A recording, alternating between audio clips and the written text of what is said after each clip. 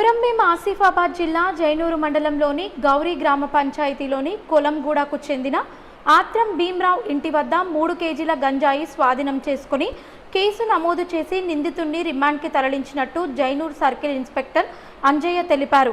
నమ్మదగిన సమాచారం మేరకు జైనూరు ఎస్ఐ సందీప్ కుమార్ మరియు సిబ్బంది డిప్యూటీ తహసీల్దార్ గౌరీ గ్రామంలోని కొలంగూడకు వెళ్లి ఆత్రం భీమరావు అను అతని ఇంటిలో సోదా చేయగా 3 కేజీల ఎండు గంజాయి దొరికింది.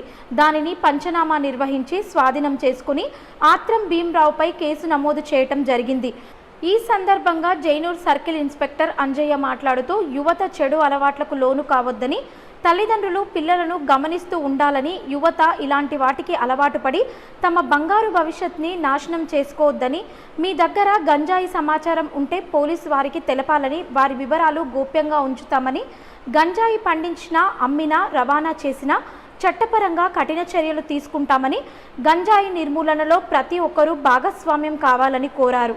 రోజు అనగా 16/4/2024 రోజు జైనూరు ఎస్ఐ గారికి గాంజా ఇన్ఫర్మేషన్ ఉన్నదని తెలిసి పంచుల సమక్షంలో గౌరీ విలేజ్లోని కోలంగూడ విలేజ్కి వెళ్ళి ఆత్రం భీమారావు అనే వారి ఇంట్లో వెతకగా వాళ్ళ ఇంట్లో డ్రై గాంజా ఒక 3 కేజెస్ డ్రై గాంజా దొరకడం జరిగింది.